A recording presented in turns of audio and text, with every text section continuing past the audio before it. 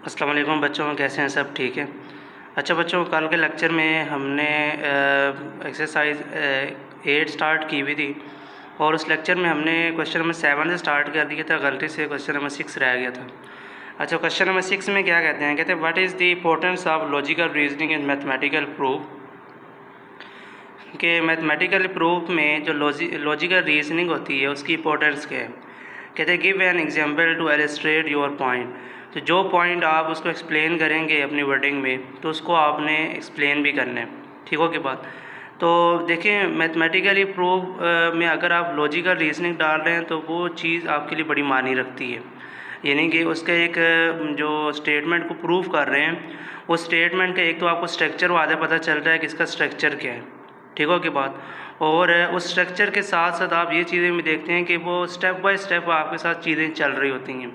यानी कि जैसे जैसे स्टेप आप आगे बढ़ाते जाते हैं, वो नेक्स्ट स्टेप में आपको एक नया आंसर देता जाता है। यानी कि आपको हर स्टेप पे लॉजिकल रीजनिंग के साथ आपको एक प्रूफ भी मिल रहा होता है। ठीक हो की बात। उसी को हम देखते हैं एक छोटी सी एग्जाम्पल के साथ। जैसे कि मैंने यहाँ पर इसकी रीजनिंग देखी है कि logical reasoning is important in mathematical proof. कि ये इम्पोर्टेंट है मैथमेटिकल प्रूफ के लिए। लॉजिकल रीजनिंग बहुत इंपॉर्टेंट है। क्यों इम्पोर्टेंट है? Because it provide a structure. क्योंकि ये एक स्ट्रक्चर प्रोवाइड करती है एंड रिगोरस वे। ठीक है, एक मुश्किल वे तो ज़रूर है, लेकिन ठीक है, सख्त वे तो ज़रूर है, लेकिन ये मैथमेटिकल स्टेटमेंट को ट्रुथ साबित करने के लिए, ट्रू साबित करने के लिए, सही साबित करने के लिए हमारे लिए बहुत इंपॉर्टेंट है। It ensure that each step in the proof follow logically from previous step. यानी कि ये हमें ये भी सिखाते हैं, इस चीज़ में हम भी ये सीखते हैं कि पिछले स्टेप से हम अगला स्टेप किस तरह बना सकते हैं। यानी कि पिछले हमने अगर कोई आंसर अच्छा और बन रहा है तो उस आंसर की मदद से हम नया आंसर कैसे जनरेट कर सकते हैं। ठीक है। और लास्ट में हमें ये चीज़, हमें इस लॉजिकल रीजनिंग का एक तीसरा फ़ायदा हमें ये मिलता है कि हम वैलिड कंक्लूजन निकाल लेते हैं, कि एक अच्छा रिजल्ट निकाल सकते हैं लॉजिकल रीजनिंग से। लेट्स सपोज कि एक एग्जांपल है। कहते हैं the sum of two even number is always even. मैंने यहाँ पर लिखा कि दो इवन नंबर को अगर प्लस किया जाए, ऐड किया जाए, तो क्या हमेशा वो इवन नंबर ही रहेंगे? देखते हैं। मैं लेट कर लेता हूँ कि ए और बी जो हैं वो दो इवन नंबर हैं। ठीक है। मैं कहता हूँ कि ए जो नंबर है वो 2m है और बी जो नंबर है वो 2n है। ऐसे ही है। अब देखें, m और n जो है ये बेसिकली इंटीजर्स को बिलोंग कर रहे हैं। इसकी जगह पर -1 हो सकता है, 2 हो सकता है, 3 हो सकता है, कुछ भी हो सकता है। ठीक है। इवन नंबर ज़रूरी नहीं कि वो माइनस में हो, प्लस में हो। ठीक हो के बाद अब जब इन दोनों नंबर को मैं आपस में ऐड करता हूँ तो मेरे पास आंसर आता है 2m + 2n। तो 2 तो दोनों में है, कॉमन चला जाएगा, पीछे क्या बचता है m + n। अभी ऊपर मैंने बात की थी कि m और n हमारे पास क्या है, इंटीजर्स को बिलोंग कर रहे हैं। अगर बच्चों m और n इंटीजर्स को बिलोंग कर रहे हैं तो क्या मैं इसको एक नए इंटीजर से रिप्रेजेंट कर सकता हूँ जो कि सिंगल एक इंटीजर हो? मैंने इसको सिंपल एक इंटीजर से रिप्रेजेंट किया जो कि k था। ठीक है। k भी तो ये इंटीजर ही है, कोई नंबर ही होगा ना, किसी के बराबर ही होगा। तो लिहाजा फिर मैं m + n की जगह पर लिख सकता हूँ k। तो इसका क्या मतलब है कि a + b फिर बराबर हो जाएगा 2k के। तो k की जगह पर कोई नंबर होगा, कोई इंटीजर होगा, -1 हो सकता है, -2 हो सकता है, 4 हो सकता है। किसी भी नंबर से आप मल्टीप्लाई करेंगे ना तो आपको एक इवन नंबर ही क्रिएट होगा। 0 से भी मल्टीप्लाई करोगे ना तो 0 भी एक इवन नंबर है। ऐसे ही 2 से मल्टीप्लाई करोगे तो 4 बन जाएगा, 4 से करोगे तो 8 बन जाएगा। प्राइम नंबर से कोई ले लो, 1 से कर लो तो 2 बन जाएगा, 3 से करोगे तो 6 बन जाएगा। ठीक है। यानी कि कोई भी नंबर आप k की जगह पर पुट करेंगे तो आपके पास हमेशा क्या रहेगा, इवन नंबर ही रहेगा। डन हो की बात।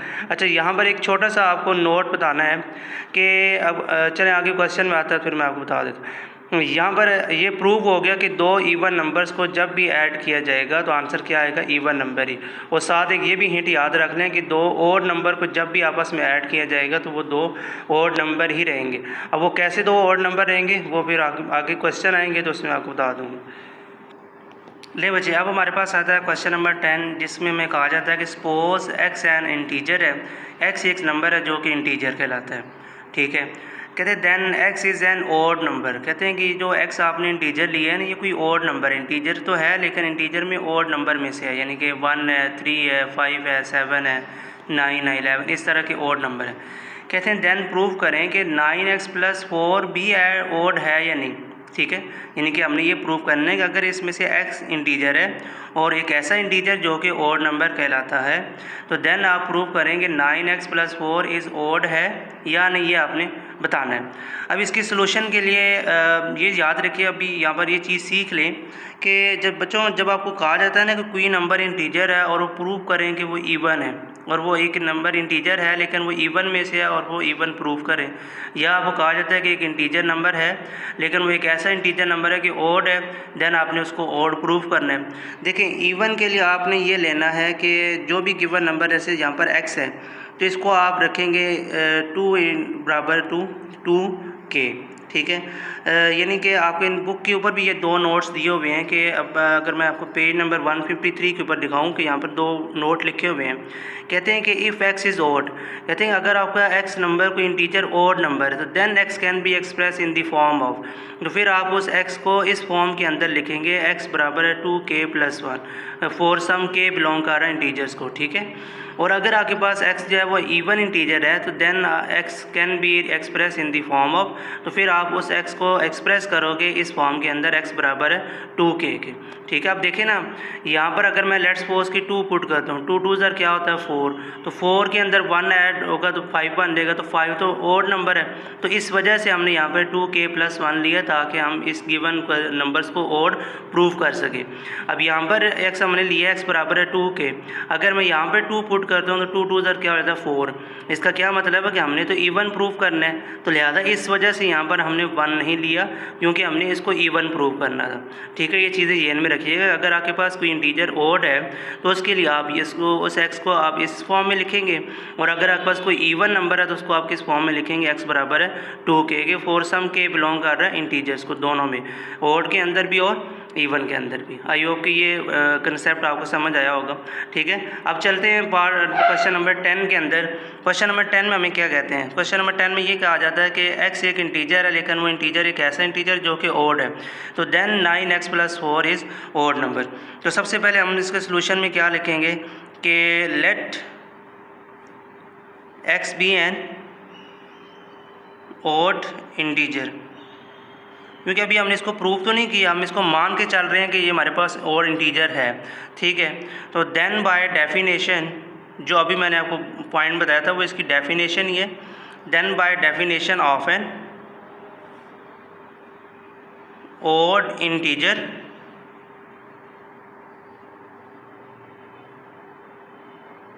We can express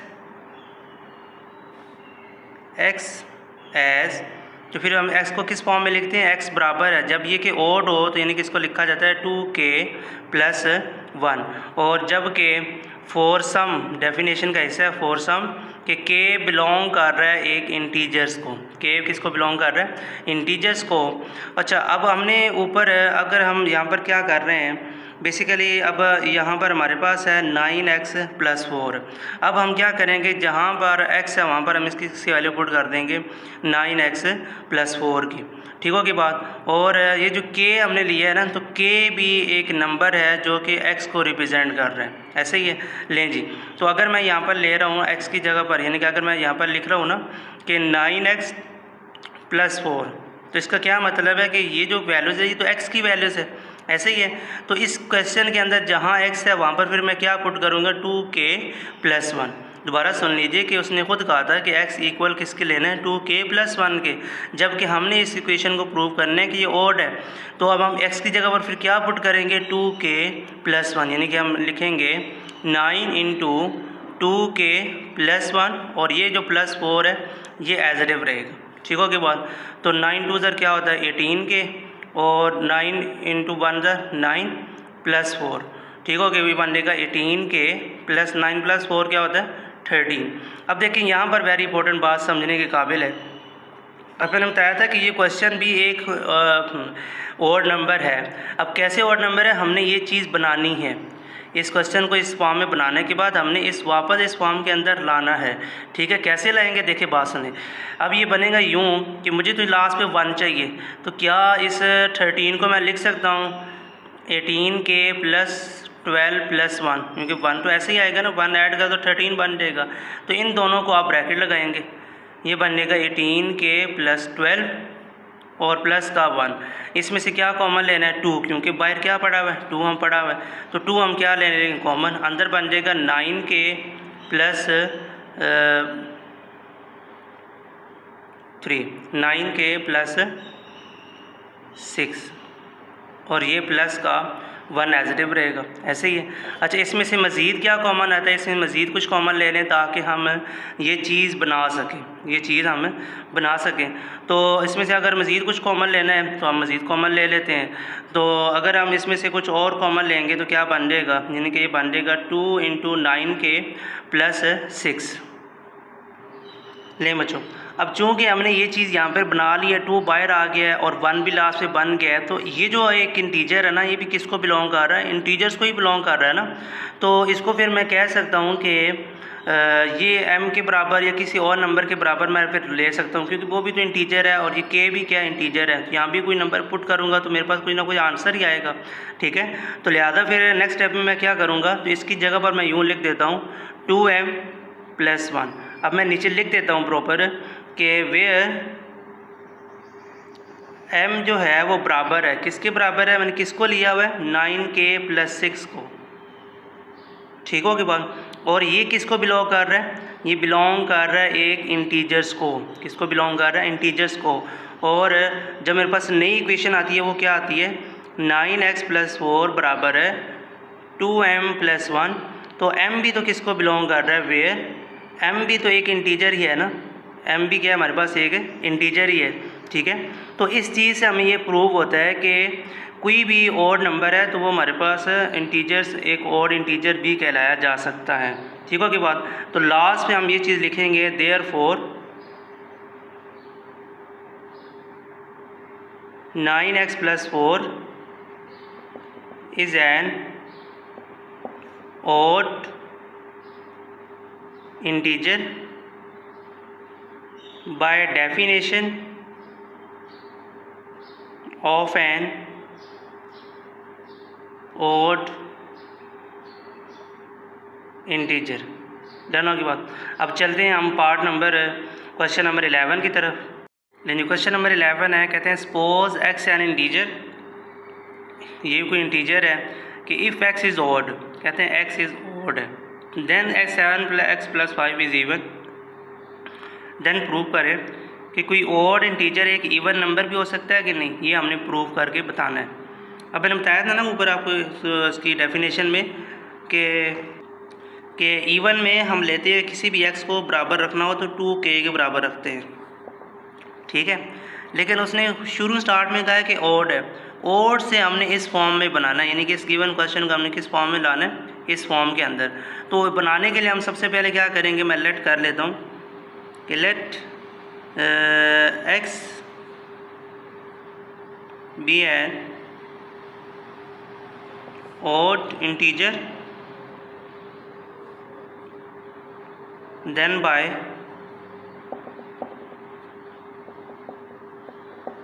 definition of odd integer we can express x S, इसमें किसको लिखते हैं इसके बराबर? जब ऑड इंटीजर होता है तो 2k + 1 में। अब x हमारे पास क्या है, यानी कि x हमारे पास है 7x + 5, तो हम यहाँ पे लिखेंगे 7x + 5 बराबर है। अब इसका क्या मतलब है कि x तो उसने हमें खुद प्रोवाइड कर दिया था कि 2k + 1 है, जबकि हमें जो इक्वेशन है वो 7x + 5 है। तो x की जगह पर क्या पुट करेंगे? 7 × 2k + 1, x की जगह पर आएगी सारी ये टर्म और 5 जो अपनी जगह पर एज इट इज रहेगा। इसको अंदर मल्टीप्लाई करें, 7 2 ज़ार 14k और 7 1 दा 7 एंड प्लस का 5, तो 14k + 12। अब चूंकि हम इसमें से 1 नहीं बनाएंगे, क्यों 1 नहीं बनाएंगे? क्योंकि हमने इसको लास्ट पे इवन प्रूव करना है, तो इवन के लास्ट पे 1 नहीं आता, वहाँ पर ऑड था, तो लिहाजा इसलिए हमने लास्ट पे 1 बनाया था, लिहाजा हम यहाँ पर 1 नहीं बनाएंगे। यहाँ से 2 कॉमन लेंगे क्योंकि इसके स्टार्ट में 2 ज़रूर आता है, इसकी डेफिनेशन इवन की है। तो हम क्या लिखेंगे? 2 बाहर आ जाएगा, अंदर बन जाएगा 7k + 6, ठीक हो की बात। अब मैं इसको लिख सकता हूँ, यानी कि मैं लिखूँगा, इसको लिखूँगा ओनली 2m, ठीक है। नीचे लिख दूँगा वेयर m बराबर है, किसके बराबर है, इसके, क्योंकि ये भी एक इंटीजर है और ये भी एक इंटीजर है। जब दो इंटीजर्स को आपस में बराबर में रख सकते हैं, उसमें कोई मिस्टेक नहीं है, ठीक हो के बाद। तो इसको मैं लिखूँगा m बराबर है 7k + 6k, और जबकि ये दोनों बिलोंग कर रहे हैं किसको, इंटीजर्स को, ठीक हो के बाद। तो लास्ट में मेरे पास जो आंसर आया वो क्या आया, 7x + 5 बराबर है 2m। अब m की जगह पर मैं कोई भी इंटीजर प्रूफ करूँगा, कोई भी इंटीजर्स पुट करूँगा, तो मेरे पास आंसर क्या आ जाएगा, इवन नंबर, ठीक हो के बाद। तो यहाँ पर प्रूव हो गया कि every odd number is an even number, ठीक हो के बाद। यानी भी ये हमें चीज़ पता चल जाती है कि हर इंटीजर जो है वो इवन इंटीजर्स भी हो सकते हैं, ठीक हो के बाद। तो आप नीचे बाय लिख सकते हैं, thereby definition x is odd number, यानी कि देयर फोर कि 7x + 5 is an even integer, ठीक हो के बाद। देयर फोर आप नीचे लिख दो, therefore 7x + 5 is an even integer, done हो के बाद। अब हम चलते हैं इसके पार्ट नंबर 12 की तरफ। लो बच्चों, क्वेश्चन नंबर 12 है, इसमें कहते हैं कि प्रूव द फॉलोइंग स्टेटमेंट। पहला पार्ट है, if x is an odd integer, x एक ऑड इंटीजर है, then show that x² - 4x + 6 is odd. क्या वाकई ये जो इक्वेशन है ये भी ऑड है या नहीं, लेंगे इसको प्रूव करते हैं। तो इसका फर्स्ट पार्ट में हम लिखेंगे यहाँ पर कि सबसे पहले हम इसको सोल्यूशन के अंदर लेट करेंगे, let x be an odd integer, then by definition of odd integer, ठीक है, तो we can express x as, तो फिर x को किस में हम एक्सप्रेस करेंगे, जब वो के ऑड नंबर है तो 2k + 1 के। अब जो उन्होंने वैल्यू हमें x की जगह पर दी है वो क्या प्रोवाइड की है, x² + 4x + 6, सॉरी यहाँ माइनस है, ठीक हो के बाद। तो अब x की जगह पर आप क्या पुट करेंगे, 2k + 1, यानी कि पहले आएगा 2k + 1 का होल स्क्वायर -4 × 2k + 1, और ये +6 अपनी जगह पर। इसका स्क्वायर ओपन करें, ये बन जाएगा 4k², यानी कि a² + b, 1 का स्क्वायर क्या होता है 1, 2ab, 2 फार्मूले का, और ab 2k × 1 2k, और 2 के साथ मल्टीप्लाई करो तो 4k बन जाएगा, और इसको अंदर मल्टीप्लाई करें -4 2 * 8k, minus into plus minus, 4 1 = 4 and +6। तो ये बन जाएगा बेटे हमारे पास 4k², और 4k में से 8a निकाल लें तो पीछे क्या बचता है -4k, और 6 -4 आंसर आता है +2, +2 + 1 आंसर क्या आता है +3, ठीक है। लें जी, तो ये हमारे पास इक्वेशन बन गई है। अब असूली तौर पर हमें यहाँ पर क्या चाहिए, हमें चाहिए बेसिकली 1, हमें क्या चाहिए 1। अब उस 1 को बनाने के लिए हम क्या करेंगे, यानी कि इसको फिर मैं लिख सकती हूँ क्योंकि ऑड इंटीजर है ना, तो ऑड के लास्ट में क्या आता है 1, यानी कि कोई नंबर है उसके लास्ट पे 1 करेंगे तो कोई ऑड नंबर बने। जैसे मैं कहूँगी 4 है, और 4 के अंदर 1 ऐड करो तो वो ऑड इंटीजर बन जाएगा, यानी कि ऑड नंबर बनेगा 5 है। अगर मैं लूँ यहाँ पर 23 है, 24 के अंदर एक 1 ऐड करूँगा तो क्या बनेगा 25, यानी कि ऑड नंबर बनाने के लिए हमें लास्ट पे 1 बनाना है। तो ये कांस्टेंट है ना, इसको फिर मैं लिख सकता हूँ 4k² - 4k प्लस का 2 एंड प्लस का 1। अब 1 आ गया। अब इनके दरमियान मैं ब्रैकेट लगा के इनमें से कुछ कॉमन निकाल लूँगा। क्या आएगा 2 कॉमन आता है, क्योंकि 2 भी तो फार्मूले का हिस्सा है, और बाकी पीछे क्या बच जाएगा 2k² - 2k + 1 एंड प्लस का 1, ये एज इट इज। अच्छा, इस पूरी फॉर्म को मैं ले लेता हूँ एज अ m, ठीक है। मैं लिख दूँगा नीचे 2 × m + 1, वेयर जबकि m किसके बराबर है 2k² - 2k + 1, और ये किसको बिलोंग कर रहा है, एक इंटीजर्स को। तो लिहाजा मेरे पास जो आंसर आ रहा है वो क्या बन रहा है x² - 4x प्लस का 6 बराबर है 2m प्लस 1 इसका। तो यहाँ पर m क्या है, m भी तो बिलोंग कर रहा है ना इंटीजर्स को, ये भी इंटीजर्स को बिलोंग कर, जब दोनों इंटीजर्स को बिलोंग कर रहा है तो m भी किसको बिलोंग करेगा, इंटीजर्स को ही। ठीक हो की बात। तो यहाँ पर हमें प्रूव हो गया देयरफॉर, ठीक है, x square minus 4x plus 6 is an odd integer. कैसे? By definition of odd integer, odd integer की डेफिनेशन के मुताबिक।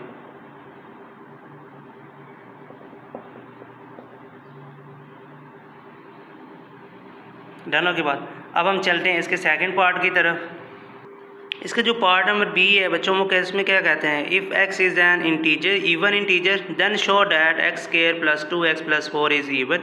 ये हमने प्रूव करना है, तो लेंगे इसको भी हम कर लेंगे। जब इवन होता है तो हम क्या करते हैं, इवन के लिए हमें इसकी डेफिनेशन बताया था कि आपने x को एक्सप्रेस करना है ओनली 2k के अंदर। ठीक हो की बात। तो इस फॉर्म के अंदर बना लेते हैं, इसका सोल्यूशन लिखेंगे, बी पार्ट है इसका, let x be an even integer. ठीक है, तो देन बाय डेफिनेशन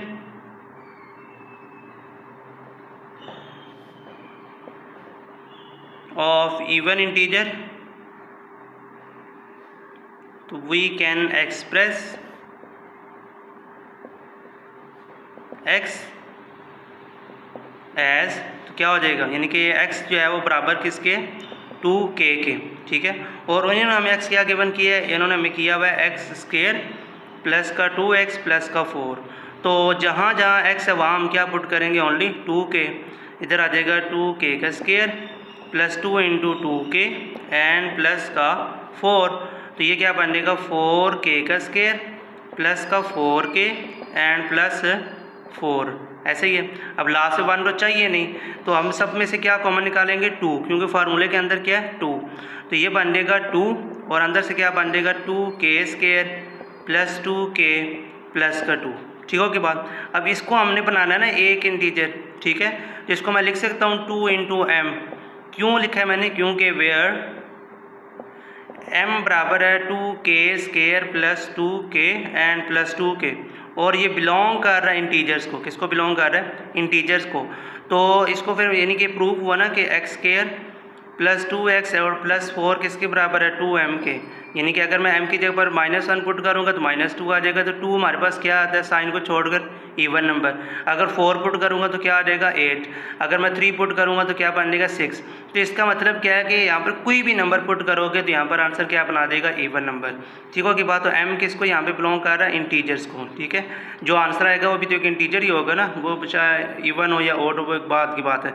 लेंगे तो लास्ट में हमने क्या लिखते हैं, देयरफॉर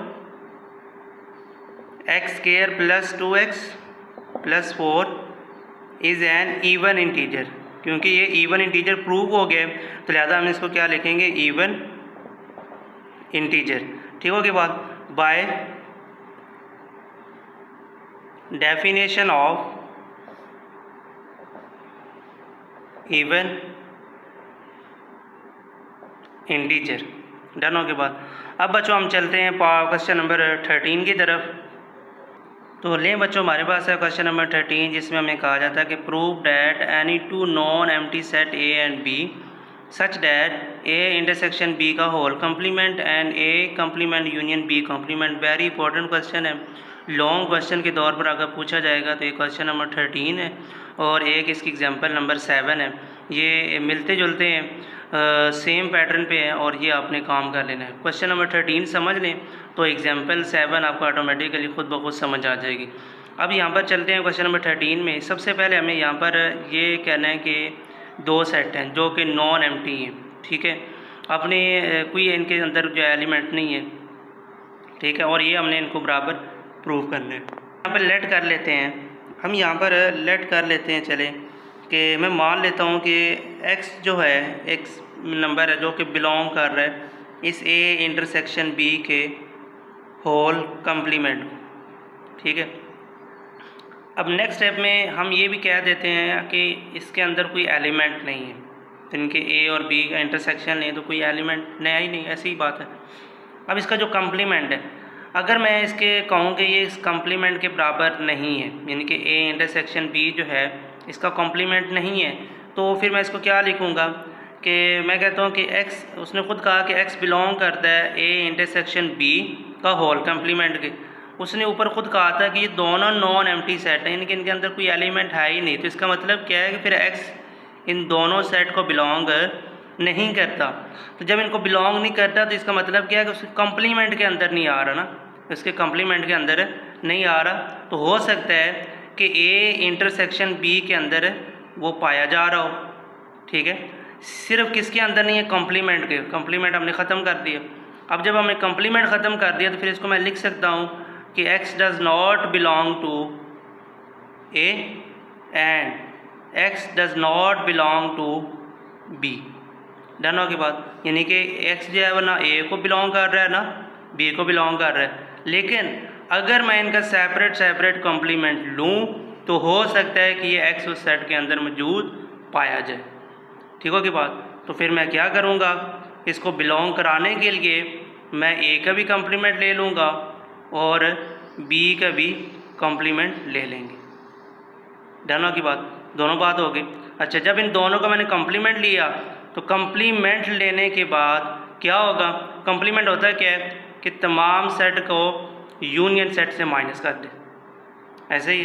तो मैंने राइट साइड क्या प्रूव करनी थी, यही तो हो गई ना, एक्स बिलोंग कर रहा है ना A complement union B complement, ठीक होगी बात। तो लेकिन मैं यहाँ पर नीचे ये भी कहूँगा कि ये जो एक्स है ये एक आर्बिट्रेरी है, आर्जी तौर पे मैंने एलिमेंट ली है,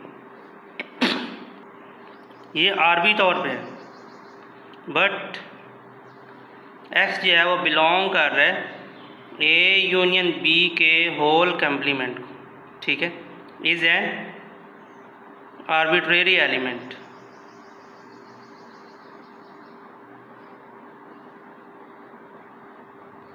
ठीक होगी बात।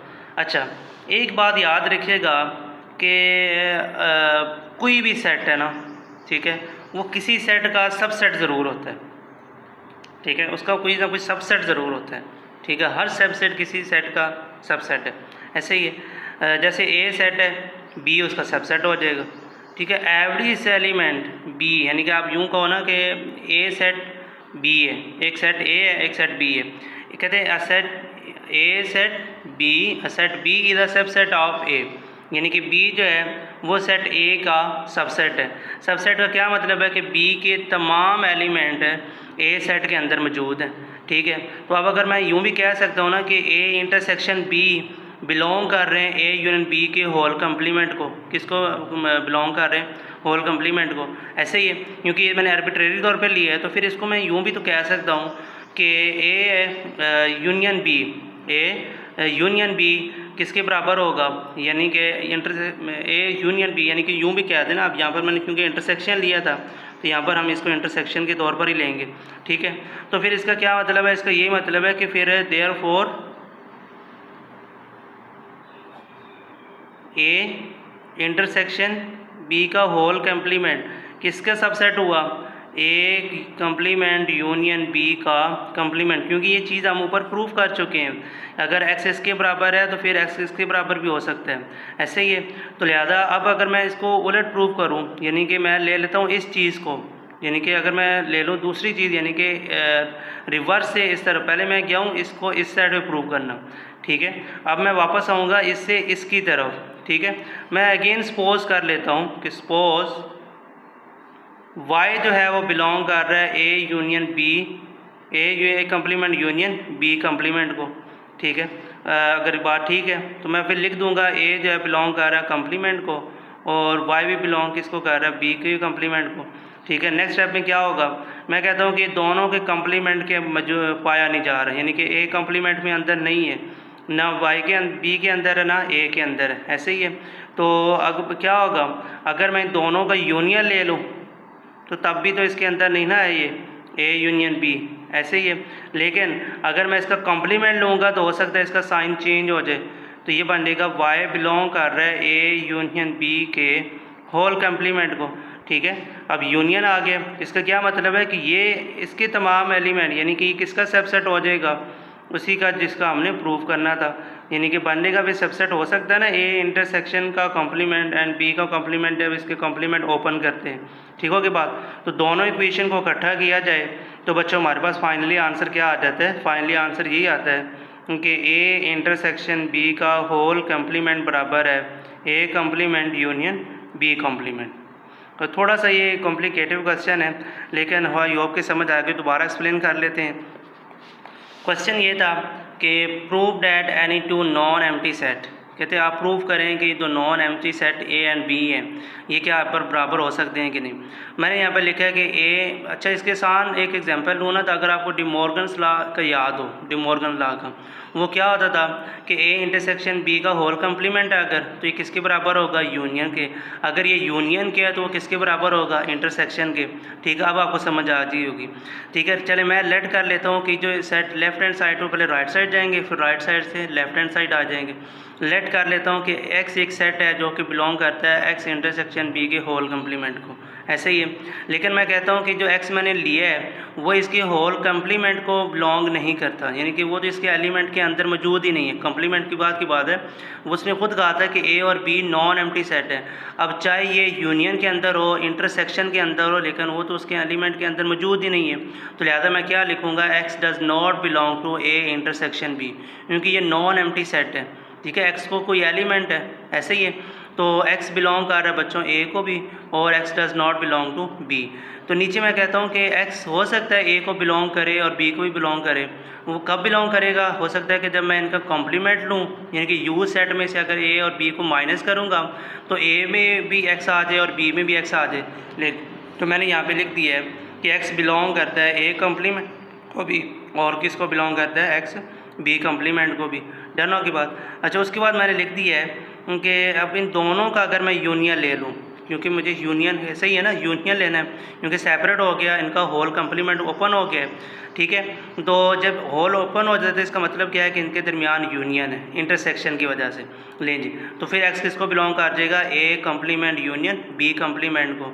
लेकिन बट मैं कहता हूँ कि एक्स फिर अगर इसको बिलोंग कर रहा है तो फिर इसको भी बिलोंग कर सकता है, यानी कि होल कम्प्लीमेंट के अंदर भी पाया जा सकता है। क्यों, एक्स तो एक आर्बिट्रेरी एलिमेंट के तौर पर हमने लिया हुआ है। ठीक है, फिर देयरफॉर मैंने यूँ कह दिया कि एक्स जो है एक्स इंटरसेक्शन बी का होल कम्प्लीमेंट सब सेट है किसका, A complement union B complement, क्योंकि ये चीज़ तो हमने प्रूव की थी ऊपर। ठीक है, इसको लेके, लेकिन अब कहते हैं कि ये जो चीज़ है ये सब सेट है किसका, A complement union B complement का, यानी कि इसके तमाम एलिमेंट इस सेट के अंदर मौजूद हैं, ऐसे ही है। लें जी, फिर मैंने क्या किया, फिर मैं उल्टा चलाऊँ, यानी कि पहले यूनियन को लिया, पहले इंटरसेक्शन को प्रूव किया, अब यूनियन को ले लेते हैं। लेकिन मैं कह देता हूँ कि वाई बिलोंग करता है ए कम्प्लीमेंट बी कम्प्लीमेंट, कर दिया, सेपरेट सेपरेट कर दिए। मैं कहता हूँ कि हो भी सकता है कि वाह, उसने तो ऊपर कहा था कि ए और बी नॉन एम्प्टी सेट हैं। अगर ये दोनों नॉन एम्प्टी सेट हैं जिसका मतलब है कि वाई ना ए कम्प्लीमेंट के अंदर मौजूद है ना बी कम्प्लीमेंट के अंदर मौजूद है। तो लिहाजा मैंने नीचे लिख दिया कि y does not belong to A and y does not belong to B. ठीक होगी बात। लें जी, तो इन दोनों का क्या लूँगा मैं, यूनियन, क्योंकि ऊपर किसको लेके चल रहा हूँ, यूनियन को। ठीक जी, मैंने इनका यूनियन ले लिया। जब यूनियन लेंगे तो क्या होगा, यूनियन लिया मैंने इनका।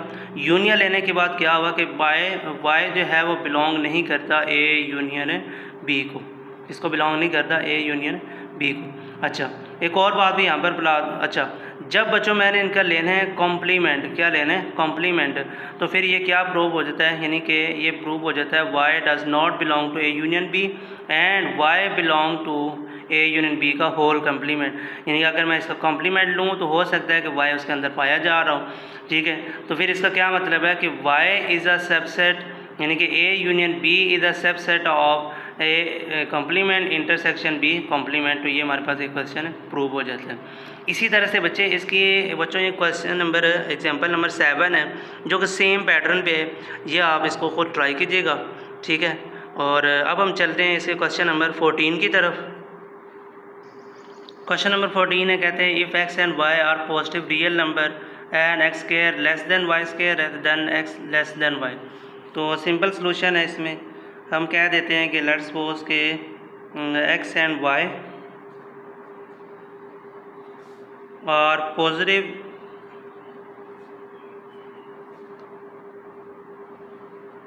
रियल नंबर है और एक्स स्क्वायर जो है वो लेस देन है वाई स्क्वायर से। हमें तो प्रूव करना है एक्स और लेस देन वाई, तो लिहाजा हम क्या करेंगे, दोनों तरफ टेकिंग स्क्वायर रूट ले लेंगे। Taking square root on both side, तो हमें क्या हासिल हो जाएगा, x square under root less और equal than y square under root. ले बच्चों, जब एक्स स्क्वायर अंडर रूट लिया जाए तो किसके बराबर आता है, एक्स के, और अगर वाई स्क्वायर अंडर रूट लिया जाए तो किसके बराबर आता है, वाई के। लिहाजा इन दोनों की जगह पर लिख सकता हूँ एक्स लेस और इक्वल लेस देन वाई। ठीक हो के बाद तो ये हमारे पास प्रूव हो जाता है। तो हम नीचे कह देते हैं कि x and y are positive real number.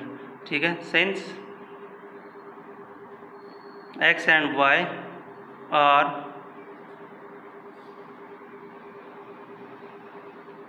Positive real number. Done के बाद अब चलते हैं क्वेश्चन नंबर 15 की तरफ। क्वेश्चन नंबर 15 में क्या कहते हैं, the sum of the interior angle of a triangle is 180 degree. कि लेट्स सपोज कि आपके पास ये एक ट्रायंगल है, इस ट्रायंगल के जो इंटीरियर एंगल है, ठीक है, जो अंदर वाला एंगल है, ये एंगल ए है, बी है और सी है। कहते हैं क्या ये वाकई एक 180 के बराबर हैं भी या नहीं। मैं चले मान लेता हूँ कि मेरे पास 3 एंगल हैं वो 60 डिग्री के, ये भी 60 का है, वो भी 60 का, वो भी कितने का, 60 का, ऐसे ही है। तो मैं लिख दूंगा नीचे measurement triangle A, measurement angle B plus measurement angle C बराबर है 180 के। तो ये कितने डिग्री के था, 60 का, ये भी कितने का है, 60 डिग्री का, ये भी कितने का है, 60 का, तो बराबर क्या आता है 180। इन सबको ऐड कर तो आंसर क्या आता है 180। तो प्रूव हो गया कि sum of interior angle of a triangle के, ट्रायंगल के इंटीरियर एंगल का सम की जाए तो वो किसके बराबर आता है 180 के, 180 डिग्री के। डनों के बाद अब हमारे पास लास्ट पार्ट है क्वेश्चन नंबर 16, जिसमें हमें कहा जाता है कि if A and B and C are non zero real number prove that A over B equal to C over D implies that A D बराबर है बी सी के। ये हमने प्रूव आउट करना है। लेकिन चलते हैं पार्ट नंबर 16 की तरफ।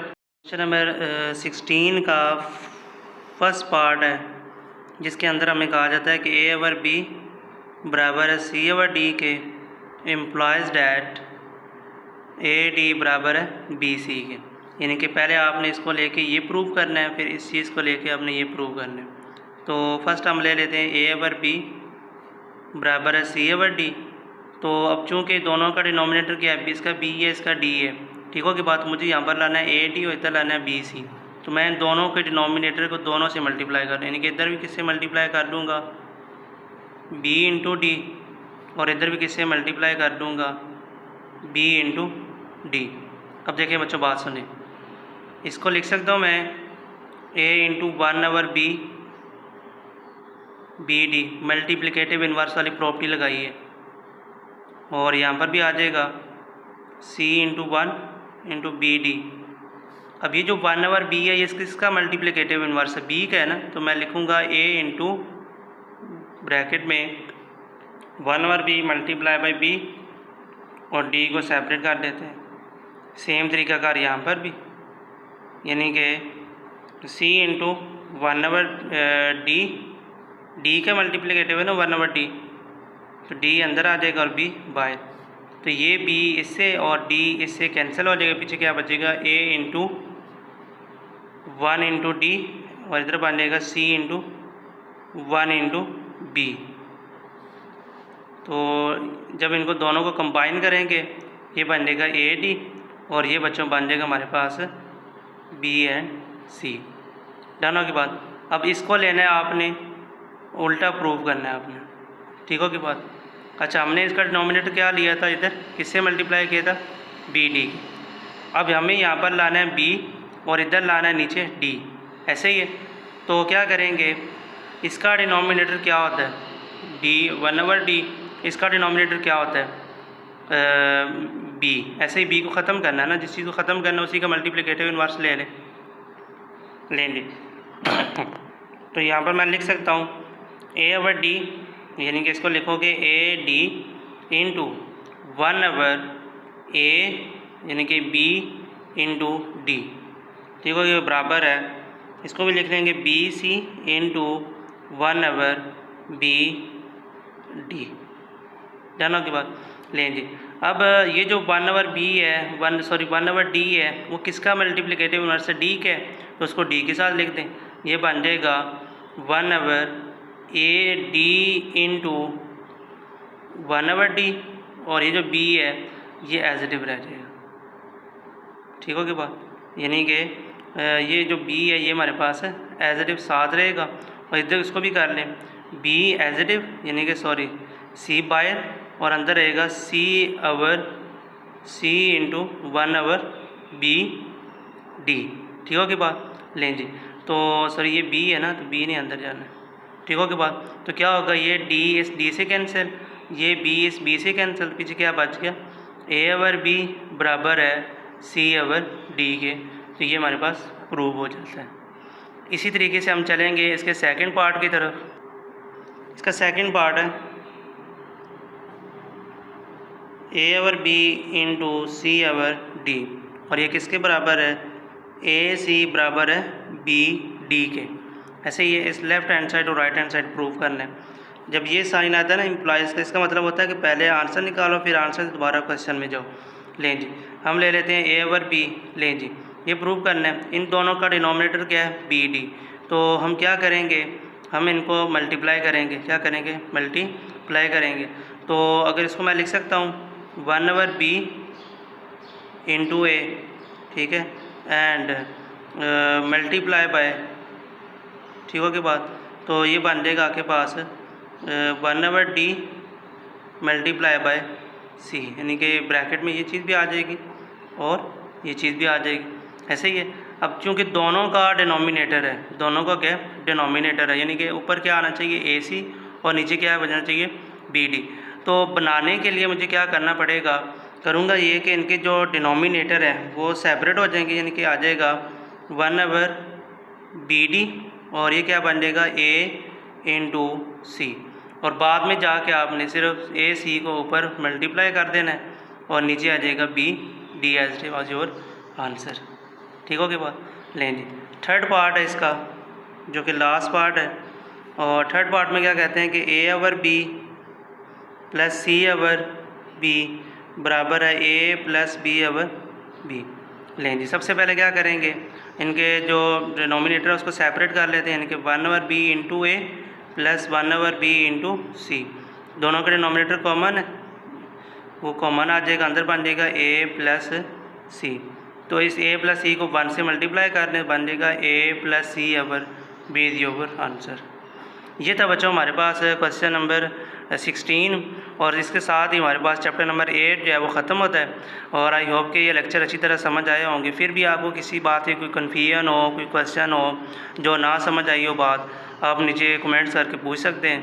और लास्ट पे एक छोटी सी रिक्वेस्ट करूँगा कि अगर आप इस चैनल पे नए हैं तो इसको ज़रूर सब्सक्राइब कीजिएगा ताकि आने वाले दिनों में आपको मज़ीद इस तरह की वीडियो मिल सके। थैंक यू, टेक केयर, अल्लाह हाफिज़।